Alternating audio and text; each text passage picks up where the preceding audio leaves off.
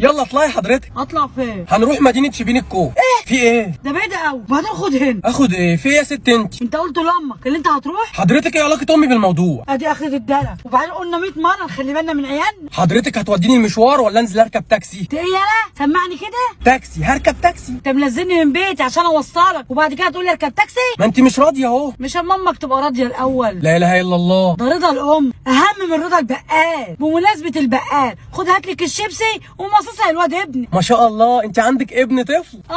في سنك كده يا حبيبي. انا؟ طب يلا هنروح المشوار ولا لا؟ مش هتحرك من مكاني الا بشرط. شرط ايه حضرتك؟ هو انا جاي اتقدم لبنتك؟ اتصل بامك حالا وقول لها ان انت رايح شبين الكون. نعم. يلا، دي امك اللي صرت عليك وحملتك في بطنها 56 شهر، لازم تسمع كلامها. اهدى طيب، اسمعك حاجه تهدي اعصابك.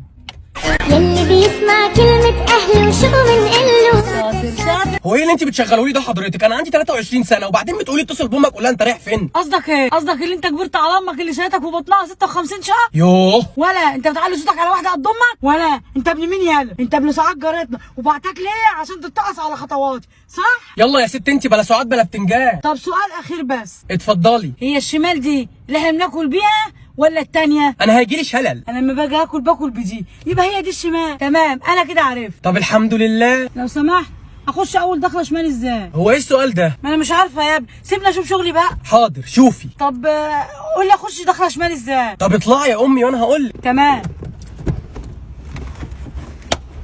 ها قول. هقول ايه؟